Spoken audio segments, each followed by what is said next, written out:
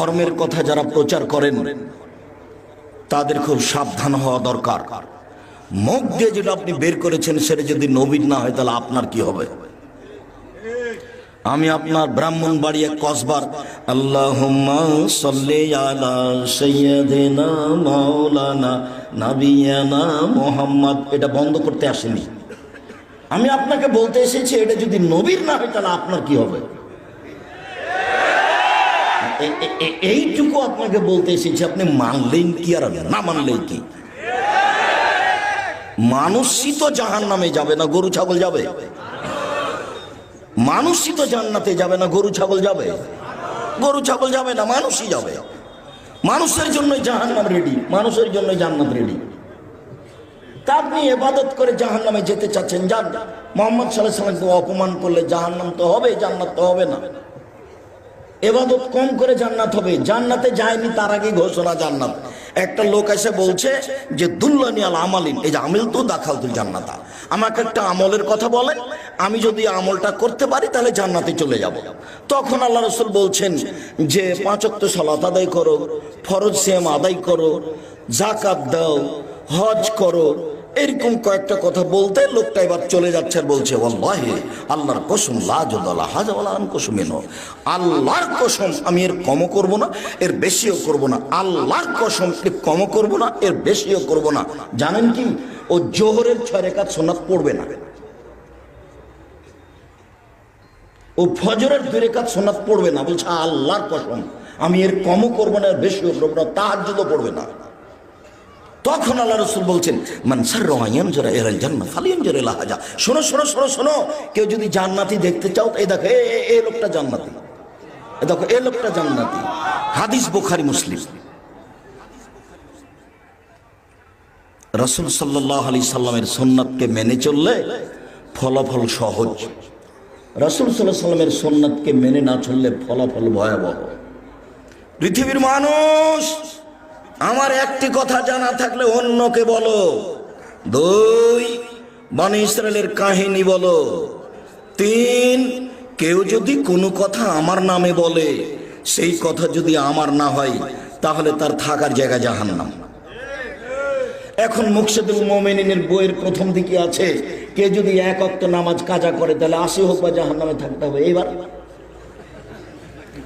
ওই যদি এখন রাসূলের কথা না হয় তাহলে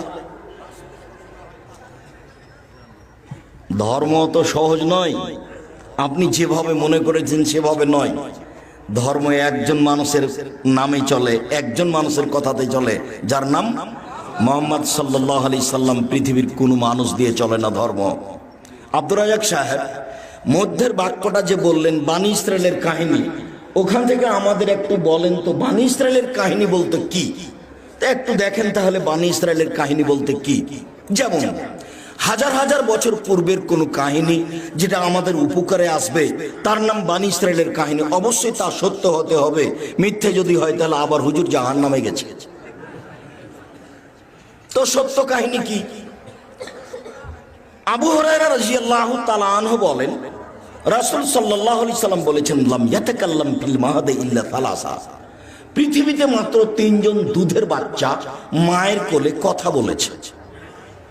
দুধ খেতে খেতে শিশু বাচ্চা মায়ের কোলে কথা বলেছে। 1 নম্বর হলো ঈসা আলাইহিস সালাম। দুধের বাচ্চা মানুষ সমাজে নিয়ে এসেছে মারিয়াম। জনগণ দেখে বলছে ছি ছি ছি ছি ছি ছি, এর বাপ কত ভালো মানুষ, এর মা কত ভালো মানুষ, এর জেনার সন্তান নিয়ে এসেছে। কার সাথে ধরা পড়ে জেনার সে সন্তান নিয়ে এসেছে, অবৈধ সন্তান নিয়ে এসেছে। ছি ছি ছি ছি, এর বাপ কত ভালো মানুষ, এর মা কত ভালো মানুষ। উনি নিজেও বলছিলেন যে আমি সন্তান জাতিকে কি দিয়ে বুঝাবো, কুনতু নাসিয়াম মানসিয়া, আমি যদি মিটে যেতাম সমাজ থেকে, কেউ জানতো না যে পৃথিবীতে মারিয়াম আছে, আমি যদি এরকম হয়ে যেতাম তাহলে কত ভালো হতো। আমি জাতিকে কি দিয়ে বুঝাবো যে এটা আমার সন্তান, আমার যে স্বামী নাই। যখন জিবরাইল বললেন যে আপনার একটা সন্তানের খবর দিতে এসেছি, তখন মারিয়াম বললেন আন্নালি গোলাম, আমার সন্তান কি করে হতে পারে? লাম ইয়ামসাসনি বাশারুন ওয়া লাম আকু বাগিয়া, আমার বিবাহ হয়নি, আমি ব্যভিচারিণীও নই, আমার সন্তান কি করে হতে পারে? আমার বিবাহ হয়নি, আমি ব্যভিচারিণীও নই, আমার সন্তান কি করে হতে পারে? তখন আগন্তুক জিবরাইল বলছেন, একুল রব্বুকা আলাইহি হাইয়্যিন, আরে তোমার প্রতিপালক বলছে যে এটা আমার কাছে একেবারেই সহজ। আমি তো বাপ মা ছাড়াই আদমকে তৈরি করেছি, আর ঈসাকে করেছি বাপ ছাড়া মাকে দিয়ে, এটা আমার কাছে কোনো ব্যাপার নয়, আমি বললেই হয়ে যায়, কুন ফায়াকুন হয়ে যায়। এটা আপনার প্রতিপালক বলছে। তো সন্তান হয়ে গেল, এখন জাতিকে বুঝাবে কি দিয়ে? বুঝাতে পারে না। এখন সব জাতিকে ইশারা করছে এদিকে, বাচ্চাটাকে কথা বলে, তখন বাচ্চা বলছে ইন্নী আব্দুল্লাহ আনা নবী, আমি হচ্ছে আল্লাহর বান্দা, আমি হচ্ছে নবী। দুধের বাচ্চা কথা বলছে। দুই, ওয়া কানা রাজুলুন ফি বানি ইসরাঈল ইকালু লাহু জুরাইজ, আজ থেকে হাজার হাজার বছর পূর্বে একটা লোক ছিল যার নাম ছিল জুরাইজ। ইসল্লি ফি সাওমাতিহি, সে তার গির্জা ঘরে ইবাদত করছিল। ফাজাতহু উম্মুহু, তখন তার মা চলে আসলো। ফাদাতহু, তার মা তাকে ডাকলো, জুরাইজ জুরাইজ, তার মা তাকে ডাকলো। তখন সে মনে মনে বলতে লাগলো, উজিবা উসাল্লি, এখন আমি আমার মায়ের ডাকে সাড়া দিব না সালাত আদায় করব? আমি আমার মায়ের ডাকে সাড়া দিব না সালাত আদায় করব? এরকম একটু বলতে বলতে দেরি হয়ে গেছে। তখন তার মা বলছে, আল্লাহুম্মা লা তুমিতহু তুরিহু ওয়াজুহাল মুমেশা, আল্লাহ তুমি আমার এই ছেলের মরণ দিও না পতিতালয়ের মহিলার মুখ দেখা পর্যন্ত। আল্লাহ এই ছেলে যেন না মরে কোন একটা বদ মহিলার সাথে দুর্ঘটনা না হয়ে। মা বলে চলে গেলেন। একটুটি মার মন খারাপ। যেতে না যেতেই ফাতার রাজাতুল্লাহ ইমরান, একজন মহিলা এসে তাকে বলছে যে আপনি আমার সাথে জেনা করেন। ফাআবা, তিনি তখন মুখটা ঘুরিয়ে বলছেন, ছি ছি ছি ছি ছি ছি, তুমি বলো কি? তুমি আমার সাথে জেনার কথা বলো মানে? ফাতাতি রাইয়া, তখন মহিলা এক রাখালের কাছে আসলো। ফাম কানাতুহু, মহিলা রাখালকে চেপে ধরলো, তার সাথে অন্যায় করলো। ফাওয়ালাদাত গোলামান, তার সাথে জেনাই করে একটা সন্তান জন্ম দিল।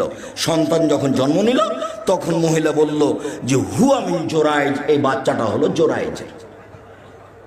ফাতাহু, জনগণ গির্জা ঘরের পাশে আসলো। ফাকাসসারুহু, তার গির্জা ঘরকে ভেঙে একবারে ধুলা ধুলা খান খান করে দিল। ওয়ানজালুহু, তারা তাকে গির্জা ঘর থেকে টেনে হেঁচড়ে রাস্তা নামিয়ে দিল। ওয়াসাব্বুহু, তারা তাকে অকথ্য ভাষায় গালি দিতে লাগলো, যার যা মনে লাগে। হ্যাঁ বেটা, তুমি গির্জা ঘরে ইবাদত করো আর জেনা করো, যার সন্তান হলো এইটা, সবাই স্বাভাবিকভাবে মন খারাপ করবে, যা হওয়ার তাই হলো। ফাকামা, জোরাইজ দাঁড়ালেন। ফাতাওয়াদ্দা, ওযু করলেন। ওয়াসাল্লা রাকাতাইন, দুই রাকাত সালাত আদায় করলেন। ফাআতাল গোলামা, এবার দুধের বাচ্চার কাছে আসলেন। দুধের বাচ্চার কাছে এসে বলছেন, মানাবুকা, ও দুধের বাচ্চা, বলো তো তোমার বাপকে? তখন দুধের বাচ্চা বলছে, আবিয়া রাই, আমার বাপ হচ্ছে রাখাল। কালো, জনগণ বলল, নাবনি সাওমাতাকা বিযাব, শোনেন জোরাইজ, আপনার গির্জাঘর আমরা স্বর্ণ দিয়ে বানিয়ে দেব। তখন জোরাইজ বললেন, লা ইল্লা বিদ্দীন, আমার গির্জাঘর স্বর্ণ দিয়ে বানাতে হবে না, মাটি দিয়ে বানাতে হবে, যাহাই ছিল তাহাই করিতে হইবে। হাদিস মুসলিম। এরলাম বানি ইসরায়েলের কাহিনী। এই ছেলে, একটু বাইরে দেখো তো, যারা একটু হইচই করছে তাদের একটু হইচই বন্ধ করো তো, যারা তোমরা দায়িত্ব পালন করছো। যারা আশেপাশে হইচই করছে তাদেরকে দূরে বিদায় করে দাও। যারা দোকানপাটে আছেন তাদেরকে আমি অনুরোধ করছি, কিছুক্ষণ কথা লেনদেন ক্রয় বিক্রয় বন্ধ করুন। এর নাম বানি ইসরায়েলের কাহিনী। এই হাদিসে আমাদের বুঝার কি আছে? এই হাদিসে আমাদের বুঝার আছে, জীবনে কোনোদিন ছেলে মেয়ের জন্য বদদোয়া করবেন না। ছেলে মেয়ে যদি আপনাকে মারে, আপনাকে গালি দেয়, আপনার হাত পা ভেঙে দেয়, তবুও আপনি আল্লাহকে বলবেন না, আল্লাহ তুমি এই ছেলেকে ধ্বংস করো। ছেলেকে বলবেন না, তোকে ত্যায্য পুত্র করলাম, তোকে ত্যায্য পুত্র করলাম, তুই বাড়ি থেকে বের হয়ে যা, তোকে জমি দিব না, এই করবো না সেই করবো না, কিছু বলবেন না। তাড়াহুড়া করে ওযু করে ভিতরে ঢুকে 2 রাকাত সালাত আদায় করে আল্লাহকে বলেন, আমাকে ছেলে ফিরিয়ে দাও। আমি তো এই ছেলে চাইনি, আমি অনেক কষ্ট করে ছেলে মানুষ করেছি, তুমি আমাকে ছেলেকে ফিরিয়ে দাও। কান্নাকাটি করে চোখের পানি ঝরিয়ে বলেন। একটু পরে ছেলে এসে পা ধরে ক্ষমা নিবে, দিয়ে বলবে, আব্বা আমার ভুল হয়েছে, জীবনে আপনার সাথে এই আচরণ করবো না। কথা মনে হয় বুঝাতে পারলাম না। জীবনে কোনোদিন পরস্পর সবকে বলে দিবেন ছেলে মেয়ের জন্য